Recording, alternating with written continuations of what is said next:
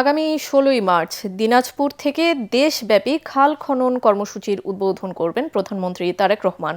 দিনাজপুরের বলরামপুর সাহাপাড়া এলাকায় কর্মসূচির পরিদর্শন শেষে কথা বলেন পানি সম্পদ মন্ত্রী শহীদ উদ্দিন চৌধুরিয়ানী। তিনি জানান, এই খাল খননের মাধ্যমে জনগুরুত্বপূর্ণ এবং জনদাবি অনুযায়ী কর্মসূচি যখন শেষ হবে তখন জলাবদ্ধতা দূর হবে, এর সুফল পাবে কৃষকরা।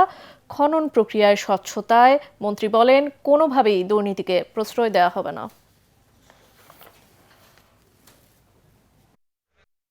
খাল খনন এবং পুনঃখননের যে কর্মসূচি ১৬ই মার্চ দিনাজপুরের সাহাপাড়া, এই খালটি পুনঃখননের মধ্য দিয়ে উদ্বোধন করবেন মাননীয় প্রধানমন্ত্রী জনাব তারেক রহমান। এই খাল খননের মাধ্যমে জনগুরুত্বপূর্ণ এবং জনদাবি অনুযায়ী আমরা এই কর্মসূচিটা যখন শেষ করব, আমাদের এই এলাকার সাধারণ মানুষ সুবিধা পাবেন, উপকার পাবেন।